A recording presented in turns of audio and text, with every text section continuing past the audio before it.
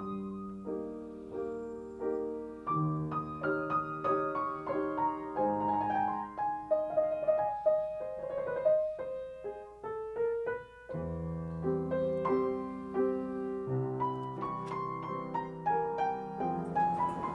Joshua Roman. I play the cello, and I've been friends with Jolt for 11 years. We met when we were both freshmen at the Cleveland Institute of Music.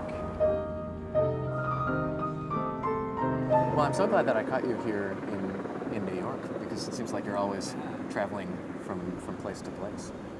I always feel when I'm back from a long trip, like, you know, I'm not really back until someone yells at my cabbie. But it usually doesn't take very long. Right. You travel from place to place, literally from one city, one country to the next. How do you deal with all that jet lag? For me, it's so difficult.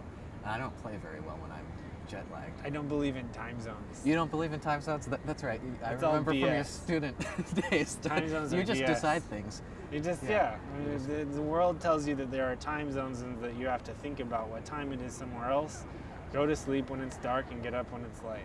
You know, when I'm performing, I'm so much in the mindset of the pieces that I've brought that I also try to bring something else to think about. So I'll bring fiction to read. I'll bring languages to study, so that I pretend like I'm expanding myself in other ways. But I used to have trouble with the kind of workout or fitness or food that I would do because, for example, cooking is something that is very difficult to do when you're traveling. So that, of course, changes, but things like yoga even. Now I do Bikram yoga, and I go to studios all over the country.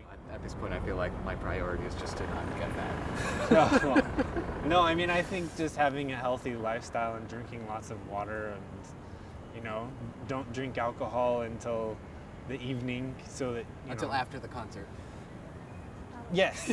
Don't drink and play. Right.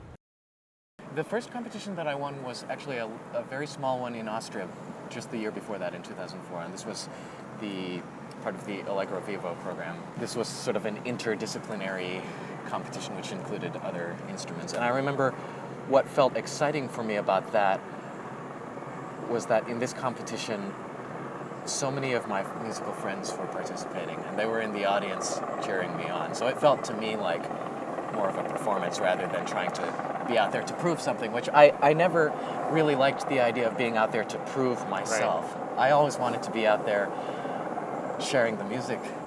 For me personally, I think competitions are very interesting. Mm-hmm. If you can get past the competitive experience, then you actually get to be in a place with a bunch of people who play the same instrument that you do and who are focused very intensely on a small amount of repertoire, and to be hearing people, what people are playing. That's really important. Like in Germany, what people are playing like in Korea or Japan.